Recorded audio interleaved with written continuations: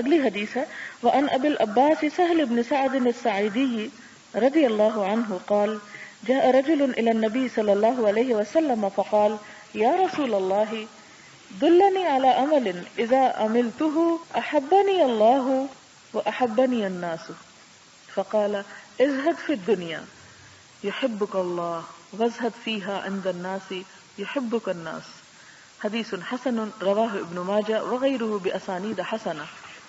حضرت ابو العباس سہل بن سعد ساعدی بیان کرتے ہیں ایک آدمی نبی صلی اللہ علیہ وسلم کی خدمت میں حاضر ہوا اور عرض کیا یا رسول اللہ صلی اللہ علیہ وسلم مجھے کوئی ایسا عمل بتائیے جب میں اس پر کاربند رہوں تو اللہ تعالیٰ اور اللہ تعالیٰ کے بندے تمام لوگ مجھ سے محبت کرنے لگے.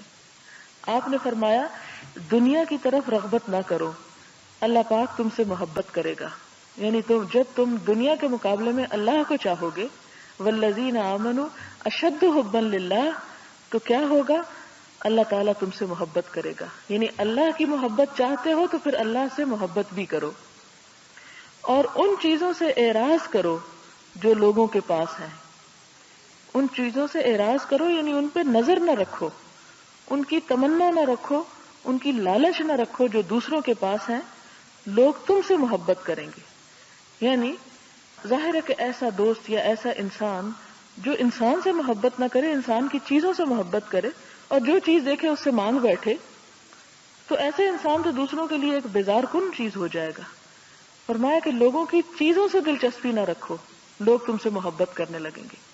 کیونکہ آپ دیکھیں کہ ہر شخص یہ چاہتا ہے کہ دوسرا اس کی ذات کو اہمیت دے، اس کے مال کو نہیں. کیونکہ اگر کوئی دوستی مال کی وجہ سے ہے تو وہ خالص نہیں ہو سکتی. کوئی تعلق مال کی وجہ سے ہے یا کسی جاہ و جلال کی وجہ سے ہے یا دنیا کی کسی غرض کی وجہ سے ہے تو ایسی دوستی پائیدار بھی نہیں ہو سکتی اور وہ پرخلوص بھی نہیں ہو سکتی. اس لیے کہ پھر وہ تو اس چیز کے خاتمے کے ساتھ ہی ختم ہو جائے گی. لیکن سچی محبت اور سچا تعلق جو ہے وہ ان چیزوں کا مرہون منت نہیں ہوتا.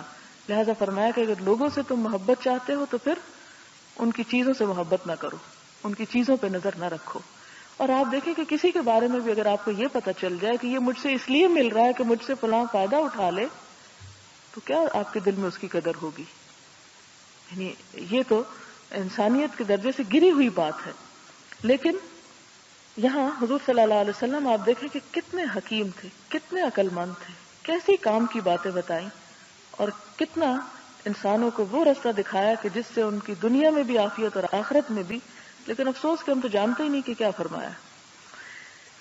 وعن النعمان بن بشیر رضی اللہ عنہما قال ذکر عمر بن الخطاب رضی اللہ عنہ ما اصاب الناس من الدنيا فقال لقد رأيت رسول الله صلی اللہ علیہ وسلم يظل اليوم يلتوي ما يجد من الدقل ما يملأ به بطنه رواہ مسلم. حضرت نعمان بن بشیر بیان کرتے ہیں کہ عمر بن خطاب نے ذکر کیا کہ لوگوں کے پاس زیادہ مال و دولت آ گیا ہے، یعنی لوگوں کے پاس بہت کچھ ہے. پر آپ نے فرمایا، نعمان بن بشیر کہتے ہیں کہ عمر بن خطاب نے ذکر کیا کہ لوگوں کے پاس بہت مال آ گیا ہے. اس پر عمر بن خطاب نے کہا رضی اللہ عنہ کہ میں نے رسول اللہ صلی اللہ علیہ وسلم کو دیکھا کہ دن بھر پیچ و تاب کھاتے رہتے تھے اور آپ کو ردی کھجور بھی دستیاب نہ ہوتی جس سے آپ اپنے پیٹ کو بھر سکتے. یعنی ایسے حالات بھی آپ پر گزرے کہ بھوک کی وجہ سے پیٹ میں بل پڑتے رہتے، لیکن اعلیٰ کھجور تو دور کی بات، حقیر سی کھجور بھی نہ ہوتی تھی کہ جس سے آپ اپنا پیٹ بھر سکتے. حضرت عائشہ بیان کرتی ہیں کہ رسول اللہ صلی اللہ علیہ وسلم فوت ہوئے تو میرے گھر میں ایسی کوئی چیز موجود نہ تھی جسے کوئی ذی روح چیز کھا سکے. البتہ تھوڑے سے جو الماری میں موجود تھے جن کو عرصہ دراز تک میں کھاتی رہی، بالآخر میں نے ان کو ناپا تو وہ ختم ہو گئے. یعنی انسان جیسے کسی پیکٹ میں، کسی تھیلی گتھلی میں کوئی چیز ہوتی ہے اور اس میں سے نکال کے کھاتا رہے اور آخر میں دیکھے کہ کیا بچا ہے تو دیکھے کہ وہ سارا پیس جو ہے وہ خالی ہو چکا ہے، کچھ بھی نہیں اس میں. وہ کہتی ہیں کہ حضور صلی اللہ علیہ وسلم جب فوت ہوئے تو میرے گھر میں کوئی ایسی چیز موجود نہ تھی جسے کوئی ذی روح کھا سکے، یعنی کوئی بھی جاندار کھا سکے، یعنی کوئی کھانے کی چیز نہ تھی، مراد یہ ہے. البتہ تھوڑے سے جو الماری میں موجود تھے جن کو میں عرصہ دراز میں کھاتی رہی، بالآخر میں نے ان کو ناپا تو وہ ختم ہو گئے، نہیں دیکھا تو ختم ہو گئے. پھر اسی طرح اگلی حدیث حضرت عمرو بن الحارث ہے جو جویریہ بنت الحارث کے بھائی ہیں، اور آپ کو معلوم ہوگا کہ حضرت جویریہ جو تھیں وہ قبیلہ بن المستلق سے تھیں. یہ غلام ہو کر آئی تھی، لیکن حضور صلی اللہ علیہ وسلم نے ان کو آزاد کر کے ان سے نکاح کیا تھا. اور جب ان سے نکاح ہو گیا تو جو صحابہ کرام کے پاس ان کے قبیلے کے 100 لوگ جو تھے وہ غلام تھے، انہوں نے ان سب کو یہ کہہ کے آزاد کر دیا کہ اب ان لوگوں کی حضور صلی اللہ علیہ وسلم سے رشتہ داری ہو گئی ہے اور ہم حضور کے رشتہ داروں کو غلام بنا کے نہیں رکھیں گے. تو آپ دیکھیں کہ ایک ایک آپ کی شادی کے پیچھے لوگوں کی کتنی بھلائی تھی. یعنی ظاہر اگر آپ شادی نہیں کرتے تو ان کے وہ 100 لوگ آزاد نہ ہوتے، اور اسلام کے لیے لوگوں کے دلوں میں کہاں محبت پیدا ہوتی. وہ 100 آزاد ہوئے تو ان کے دلوں میں اسلام سے اور حضور صلی اللہ علیہ وسلم سے محبت پیدا ہوئی، وہ لوگ قریب آئے اور اس طرح اسلام کو تقویت حاصل ہوئی. تو یہاں پر ان کے بھائی کہتے ہیں کہ رسول اللہ صلی اللہ علیہ وسلم نے اپنی وفات کے وقت دینار اور درہم، غلام، لونڈی، غرض کوئی چیز چھوڑ کر نہیں گئے. ہاں، آپ کی سفید خچر جس پر آپ سوار ہوا کرتے تھے وہ پیچھے تھی، اور آپ کے ہتھیار جس سے آپ جہاد کرتے، اور وہ زمین جس کو آپ نے مسافروں کے لیے وقف کر رکھا تھا کہ ایسے لوگ جو باہر سے آئیں اور جن کے پاس کوئی کھانے پینے کا سامان نہ ہو، جن کو وہاں سے دیا جائے، ان کے کھانے کا اہتمام کیا جائے. تو یہ چیزیں کل آپ کی کائنات تھیں. حضرت خباب بن ارت بیان کرتے ہیں کہ ہم نے رسول اللہ صلی اللہ علیہ وسلم کے ساتھ ہجرت کی. ہم اللہ کی رضامندی کے متلاشی تھے، بس ہمارا ثواب اللہ کے نزدیک ثابت ہو چکا ہے. بس ہم میں کچھ لوگ جلدی فوت ہو گئے اور اپنے ثواب سے کچھ نہ کھایا. ان میں مصعب بن عمیر ہیں جو جنگ احد میں شہید ہو گئے اور ایک چادر چھوڑ گئے. بس ہم جب اس کے ساتھ اس کے سر کو ڈھانپتے تھے تو اس کے پاؤں ظاہر ہو جاتے، اور جب ہم اس چادر کے ساتھ اس کے پاؤں ڈھانپتے تھے تو سر ننگا ہو جاتا تھا. تو رسول اللہ صلی اللہ علیہ وسلم نے ہم کو حکم دیا کہ اس کا سر ڈھانپ دیں اور اس کے پاؤں پر کچھ اذخر گھاس رکھ دیں. اور ہم میں کچھ لوگ ایسے تھے جن کے پھل پک چکے تھے اور وہ ان کو چن رہے ہیں، یعنی اسلام کے عروج اور ترقی کا زمانہ آ چکا ہے جب مال و دولت کی ریل پیل ہے، لہذا اب وہ اس سے فائدہ اٹھا رہے ہیں. اس چیز کی طرف اشارہ ہے. یعنی کچھ لوگ ایسے ہیں کہ جو اپنے پھلوں سے، یعنی باغ تو لگا گئے، پھل نہیں کھائے، اور کچھ ہیں کہ کھا رہے ہیں. مراد یہ کہ کچھ اسلام کی غربت اور فقر اور اسرت کی حالت میں دنیا سے رخصت ہو گئے، اور انہیں میں ایک مصعب بن عمیر ہیں جنہوں نے سب سے پہلے مدینہ کے لوگوں کو اسلام کی طرف دعوت دی اور اسلام ان میں پھیلایا، اور جن کی کوششوں سے 150 لوگ مسلمان ہوئے جنہوں نے حضور صلی اللہ علیہ وسلم سے بیعت کی. اگلی حدیث ہے کہ حضرت سہل بن سعد الساعدی بیان کرتے ہیں کہ رسول اللہ صلی اللہ علیہ وسلم نے فرمایا کہ اللہ پاک کی نگاہ میں اگر دنیا کی ایک مچھر کے برابر بھی عزت ہوتی تو وہ اس میں سے پانی کا ایک گھونٹ بھی کسی کافر کو نہ پلاتا. یعنی اللہ تعالیٰ کے نزدیک ان سب چیزوں کی کوئی حیثیت نہیں. اگر کسی کے پاس دنیا بھر کا بھی مال جمع ہو چکا ہے اور اگر اس کے دل میں ایمان نہیں اور اس کا عمل نیک نہیں تو وہ خدا کے ہاں کوئی قدر و قیمت نہیں رکھتا. تو یہاں پر ان ساری حدیثوں سے ایک اور بات جو بہت ایمان کو جگانے والی ہے، ایمان افروز پتہ چل رہی ہے، وہ یہ کہ کتنے کمال کی بات ہے کہ صحابہ کرام نے اتنے کم وسائل میں اسلام کی اتنی خدمت کی. ہمیں تو کوئی کام کرنا تو پہلے ہم کہتے پہلے یہ ہو جائے، یہ اکٹھا ہو جائے، یہ مل جائے، وہ جمع ہو جائے، پھر ہم خدمت کریں گے، پھر ہم کوئی بڑا سا کام کریں گے. لیکن وہ اس بات کے انتظار میں نہیں رہے، جو کم سے کم وسائل بھی ان کو میسر تھے اسی میں انہوں نے اسلام کی خدمت کی، اور یہاں تک وقت آ گیا کہ ایران اور روم فتح کر ڈالے. اور ایسے ہی لوگ جو قربانیاں دینا چاہتے ہوں وہی دنیا میں کچھ کر جاتے ہیں اور دنیا میں بھی نام کماتے ہیں اور آخرت میں بھی. لیکن اگر ہم صرف سہولتوں کا ذکر کرتے رہیں اور صرف اس بات کے انتظار میں بیٹھے رہیں کہ اچھے حالات ہوں گے تو پھر ہم کوئی اچھا کام کریں گے، تو وہ پھر شاید انسان کے پاس کبھی میسر نہ آئے. کیونکہ انسان کے بارے میں تو یہ آتا ہے نا کہ اگر اس کو ایک وادی سونے کی مل جائے تو وہ دوسرے کی تمنا کرنے لگے، وہ تو کبھی بھی اطمینان نہ پائے. اگلی حدیث ہے حضرت ابو ہریرہ فرماتے ہیں کہ میں نے رسول اللہ صلی اللہ علیہ وسلم سے سنا، فرماتے تھے خبردار، بے شک دنیا ملعون ہے اور جو کچھ دنیا میں ہے وہ بھی ملعون ہے سوائے اللہ کے ذکر کے اور ان چیزوں کے جن کو اللہ تعالی محبوب جانتا تھا، اور سوائے عالم اور علم سیکھنے والے کے. یعنی یہ 3 چیزیں جو ہیں یہ اس سے باہر ہیں، یعنی لعنت سے باہر ہیں، کہ جو دنیا اور جو کچھ دنیا میں ہے وہ سب ملعون ہے. ملعون کا مطلب ہوتا ہے اللہ کی رحمت سے دور ہے یا اللہ تعالیٰ کی دلچسپی کی چیزیں نہیں، سوائے اللہ کے ذکر کے، یعنی جس دل میں بھی اللہ کا ذکر ہوگا، اللہ کی یاد ہوگی، وہ لعنت سے بچا رہے گا۔ اور پھر ان چیزوں کے جن کو اللہ تعالیٰ محبوب جانتا تھا، اس سے مراد یہ ہے کہ وما والا ہو، یعنی جو اللہ کی یاد دلانے والی ہوں یا اللہ کے قریب کرنے والی ہوں، یعنی دیگر نیک اعمال کی طرف شاید اشارہ ہے اس میں۔ اور پھر اور سوائے عالم کے، یعنی سکھانے والے کے اور علم سیکھنے والے کے، یہاں عالم اور متعلم کا ذکر آتا ہے، اور ایک اور جگہ پر شاید معلم کا ذکر آتا ہے۔ مراد یہ ہے کہ سیکھنے والے اور سکھانے والے اللہ کی رحمت میں ہیں، کہ انسان زندگی میں کچھ بھی کرتا رہے لیکن ہمیشہ طالب علم رہے، اور اگر طالب علم بننے کا موقع نہیں تو جو اس کے پاس ہے وہ دوسرے کو سکھاتا رہے، خواہ وہ تھوڑا ہی کیوں نہ ہو، کیونکہ علم جو ہے وہ دل کی رونق ہے، سینے کا نور ہے اور دل کی بہار ہے، جس سے انسان تنہائی میں بھی کبھی تنہا نہیں ہو سکتا۔ یا وہ سیکھتا رہے، یا سیکھا ہوا تو دوسروں کو فائدہ پہنچائے، سکھائے، اور یا اگر ان میں سے کچھ بھی کرنے کے قابل نہیں، نہ سیکھنے کا موقع ہے نہ سکھانے کا موقع ہے، تو ایٹ لیسٹ اللہ کی یاد میں اپنے آپ کو ضرور مصروف رکھے، کیونکہ جب انسان یہ 3 کام چھوڑ دیتا ہے یا ان 3 حالتوں میں سے کسی ایک حالت میں نہیں ہوتا تو پھر وہ خدا کی رحمت سے دور ہو جاتا ہے۔ حضرت عبداللہ بن مسعود بیان کرتے ہیں کہ رسول اللہ صلی اللہ علیہ وسلم نے فرمایا کہ تم جاگیروں کو حاصل کرنے میں زیادہ مشغولیت اختیار نہ کرو، کہیں تم دنیا میں نہ پھنس جاؤ۔ مراد یہ ہے کہ اگر دنیا کی حصول کی کثرت میں تم مصروف ہو گئے اور تمہارا اٹھنا بیٹھنا اور اوڑھنا بچھونا یہی سوچیں ہو گئی کہ کتنا ہو گیا اور کتنا اور اکٹھا کرنا ہے، تو پھر یہ تم ادھر ہی پھنس جاؤ گے اور تم کوئی یعنی اللہ کے قریب نہیں پہنچ سکو گے یا اپنی آخرت نہیں بنا سکو گے۔ حضرت عبداللہ بن عمرو بن العاص بیان کرتے ہیں کہ رسول اللہ صلی اللہ علیہ وسلم ہمارے پاس سے گزرے اور ہم اپنے ایک چھپر کو درست کر رہے تھے۔ آپ نے فرمایا کیا کر رہے ہو؟ ہم نے عرض کیا چھپر کمزور ہو گیا تھا، ہم اس کو درست کر رہے ہیں۔ آپ نے فرمایا نہیں، میں دیکھتا قیامت کو مگر اس سے زیادہ جلدی آ جائے گی۔ یعنی مراد یہ ہے کہ تم دنیا کے کام کرو لیکن گھر بناؤ مگر آخرت کو نہ بھولو۔ یعنی چھپر درست کر رہے تھے، گھر درست کر رہے تھے اپنا، اور ظاہر ہے گھر ایک ایسی چیز ہے جس سے ہر انسان کو دلچسپی ہوتی ہے، محبت ہوتی ہے، اور اپنے اندر پوری طرح انوالو کر لینے والی چیز ہے۔ آپ دیکھیں کہ جب ایک گھر بنتا ہے تو ساری زندگی کی کمائی، کوشش، محنت، ہر چیز اس میں صرف ہوتی ہے۔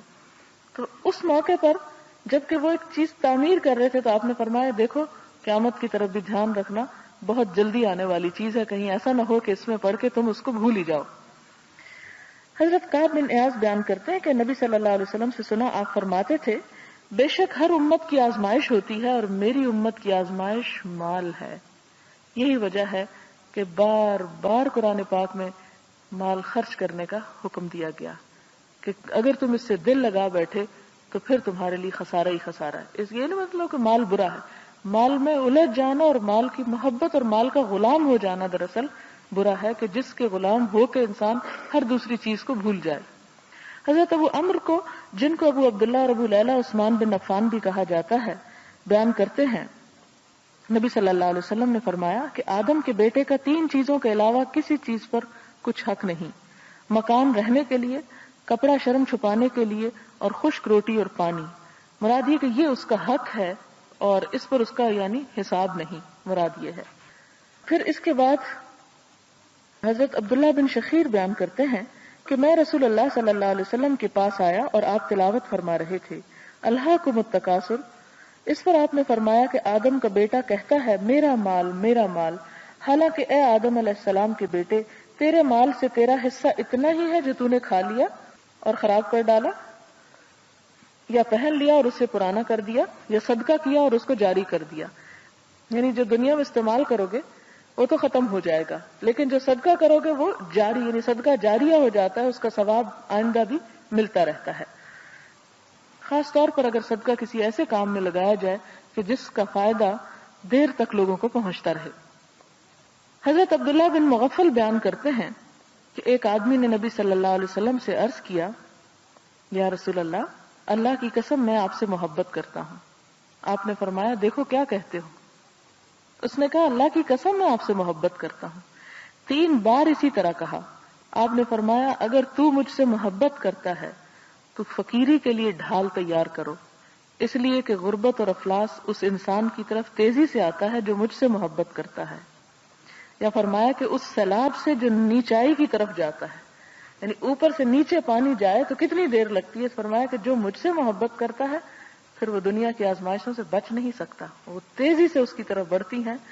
اور فقیری کے لیے خاص طور پر فرمایا کہ پھر وہ سب چیزیں اس کو آ گھیرتی ہیں، کیونکہ ظاہر ہے کہ انسان پھر اپنے لیے نہیں جیتا، پھر وہ اللہ اور اس کے رسول کے لیے جیتا ہے اور ان کے دین اور ان کے پیغام اور ان کے مقاصد کے لیے جیتا ہے. جب اس کے لیے جیتا ہے تو پھر اس کی جان اور اس کا مال اور اس کا سب کچھ جو ہے وہ اس رستے میں نکلنے لگتا ہے. تو فرمایا کہ جب وہ نکلنے لگتا ہے تو پھر اس کے رستے میں آزمائشیں بھی آتی ہیں، پریشانیاں بھی ہوتی ہیں. لہٰذا اگر تم مجھ سے محبت کرتے ہو تو دیکھو سوچ سمجھ کے کرنا، اس لیے کہ مجھ سے محبت اتنا آسان کام نہیں. لیکن ہمارے ہاں تو دن رات محبت کے دعوے ہوتے ہیں اور اس کے باوجود کچھ بھی نہیں بگڑتا اور نہ ہمارے معمولات میں کچھ فرق آتا ہے. تو حقیقت یہ ہے کہ اگر اللہ اور اس کے رسول سے انسان کو محبت ہو جائے صلی اللہ علیہ وسلم تو پھر وہ محبت قربانیاں مانگتی ہے. جیسے آپ دیکھیں کہ کسی بھی انسان کی محبت قربانی مانگتی، اور قربانی یہ پروف کرتی ہے کہ واقعی محبت ہے یا نہیں. اگر ماں کہے مجھے اپنے بچے سے بڑی محبت ہے اور بچہ روتا چیختا چلاتا رہے، بھوکا پیاسا رہے اور ماں اس کو کچھ نہ کھلائے پلائے، نہ اس کے آرام نیند کا خیال رکھے، کہے گے کہ یہ لگتا ہے اس کی ماں ہی نہیں. تو یہ اسی طرح اور بھی انسان دیکھتے کہ انسان اگر کسی انسان سے محبت کا اظہار کرتا ہے تو اس کے لیے بھی کچھ نہ کچھ قربانی دینی پڑتی ہے. پھر اسی طرح آپ صلی اللہ علیہ وسلم سے حضرت کعب بن مالک بیان کرتے ہیں کہ آپ نے فرمایا کہ وہ 2 بھیڑیے جو بھوکے ہیں ان کو بکریوں میں چھوڑ دیا جائے تو وہ بکریوں کو اتنا نقصان نہیں پہنچاتے جتنا کہ آدمی کی حرص مال اور جاہ کے لیے اس کے دین کو نقصان پہنچاتی. یعنی جب انسان حریص ہو جاتا ہے دنیا کا یا دنیا کا کتا ہو جاتا ہے جس ہماری عام زبان میں بولتے ہیں، تو وہ انسان کے دین کو اتنا نقصان دیتا ہے جتنا 2 بھیڑیے بکریوں کے اس میں گھس کے تو بکریوں کو چیر پھاڑ کرے تو وہ اتنی تباہی نہ مچائیں جتنا یہ حرص اور یہ ہوس انسان کو اندھا کر دیتی ہے. حضرت عبداللہ بن مسعود فرماتے ہیں کہ رسول اللہ صلی اللہ علیہ وسلم چٹائی پر سوئے ہوئے تھے، آپ اٹھے تو آپ کے پہلو میں چٹائی کے نشان تھے. ہم نے عرض کیا یا رسول اللہ صلی اللہ علیہ وسلم ہم آپ کے لیے گدا بنا دیں. آپ نے فرمایا مجھے دنیا کے ساتھ کیا تعلق، میں تو دنیا میں اس سوار کی طرح ہوں جو کسی درخت کے نیچے سائے میں بیٹھتا ہے پھر چلا جاتا ہے اور درخت چھوڑ جاتا ہے. یعنی میں تو ایک مقصد کے لیے آیا ہوں، اپنے مشن پر ہوں اور پورا کر کے چلا جاؤں گا، میں دنیا میں آرام کے لیے نہیں آیا. حضرت ابو ہریرہ بیان کرتے ہیں کہ رسول اللہ صلی اللہ علیہ وسلم نے فرمایا فقیر لوگ جنت میں مالدار لوگوں سے 500 سال پہلے داخل ہوں گے. مختصر سی حدیث ہے لیکن بہت میننگ فل. اس کا مطلب یہ ہے کہ ان کا حساب کتاب کم ہوگا اور جلدی جنت میں پہنچ جائیں گے. اور اس میں ایک اور چیز یہ بھی آتی ہے کہ 500 سال کی بات ہوئی تو اس میں انسان سوچے کہ دنیا میں تو 500 سال رہنا ہی نہیں، 50 سال 60 سال کتنا اور انسان، یعنی جس زندگی کے پھیر میں ہم ہیں جو ہماری ایج ہے اس میں زیادہ زیادہ ہم اور کتنا جی سکتے. اگر 50 جیے بھی تو وہ زندگی نہیں ہے. یعنی صحت اور انسان کی جسمانی طاقت ایسی ہو سکتی ہے کہ جس میں وہ 50 اس کے لیے وبال جان ہو سکتے ہیں. تو یہ ہے کہ انسان اگر کچھ اس دنیا کے لیے بناتا ہے تو ساتھ اس جگہ کے لیے، اس آخرت کے لیے بھی بنائے، اس کے لیے بھی سوچے اور اس کے لیے بھی اپنی کوششیں محنت اور اپنا مال جو ہے وہ لگائے، کیونکہ وہاں پر مال کام نہیں آئے گا بلکہ فقر پھر بھی انسان کو بچا جائے گا. حضرت عبداللہ بن عباس اور عمران بن حسین نبی صلی اللہ علیہ وسلم سے بیان فرماتے ہیں کہ میں نے جنت کا مشاہدہ کیا تو میں نے اس میں اکثر فقراء کو دیکھا اور میں نے جہنم میں جھانکا تو اس میں عورتوں کی تعداد زیادہ دیکھی. بخاری اور مسلم کی روایت ہے. اور اس میں جو بنیادی وجہ بتائی گئی ایک اور جگہ پر وہ فرمایا کہ وہ زبان کا غلط استعمال کرتی ہیں اور شوہروں کی ناشکری ہوتی ہے. اور فرمایا کہ ایک شخص اپنی بیوی کو سب کچھ لا کر دیتا ہے لیکن اگر اس سے ایک قصور ہو جاتا ہے تو وہ یہ کہہ اٹھتی ہے کہ میں نے تو تجھ سے کبھی کوئی سکھ پایا ہی نہیں. اس جملے کو خاص طور پر مینشن کیا گیا کہ ساری زندگی اگر ایک شوہر اپنی بیوی کے ساتھ خیر اور بھلائی اور احسان کا معاملہ کرتا رہے اور کہیں اس سے کوئی کمی بیشی ہو جائے اور وہ یہ کہہ کے سب کچھ پانی پھیر دے ہر چیز پر کہ میں نے تو اس گھر میں کوئی سکھ ہی نہیں دیکھا، تو یہ کہنا جو ہے یہ ناشکری میں شامل ہو جاتا ہے. لہذا ہم سب کو بہت احتیاط کرنی چاہیے اور چھوٹی موٹی باتوں کو درگزر کرنا چاہیے. حضرت اسامہ بن زید نبی صلی اللہ علیہ وسلم سے روایت کرتے ہیں آپ نے فرمایا میں جنت کے دروازے پر کھڑا ہوا تو دیکھا اس میں اکثریت مسکینوں کی ہے اور مالدار لوگ روک دیے گئے ہیں. البتہ دوزخیوں کو دوزخ کی طرف لے جانے کا حکم دیا گیا ہے۔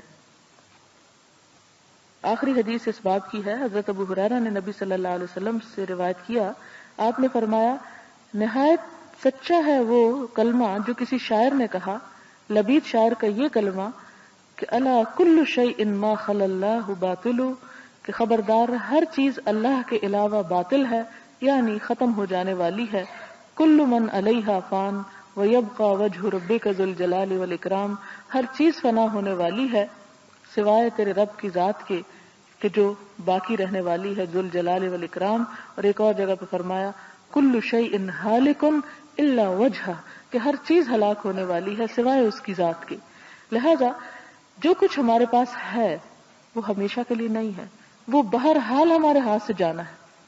وہ جب ویسے بھی جانا ہے تو کیوں نہ ہم اسے اپنے ہاتھ سے بھی کچھ دیں تاکہ وہ کل ہمارے لیے کئی گنا بڑھ کر اچھے انجام کی شکل میں سامنے آئے، اور اگر نہیں دیتے تو رہنا پھر بھی کوئی نہیں، اس کو ہمارے ہاتھ میں وہ تو جانا ہی ہے، اس لیے کہ وَلِلَّهِ مِيرَاثُ السَّمَاوَاتِ وَالْأَرْضِ، ساری میراث تو اللہ ہی کی ہے جو آسمان اور زمین میں۔ وآخر دعوانا ان الحمد للہ رب العالمین۔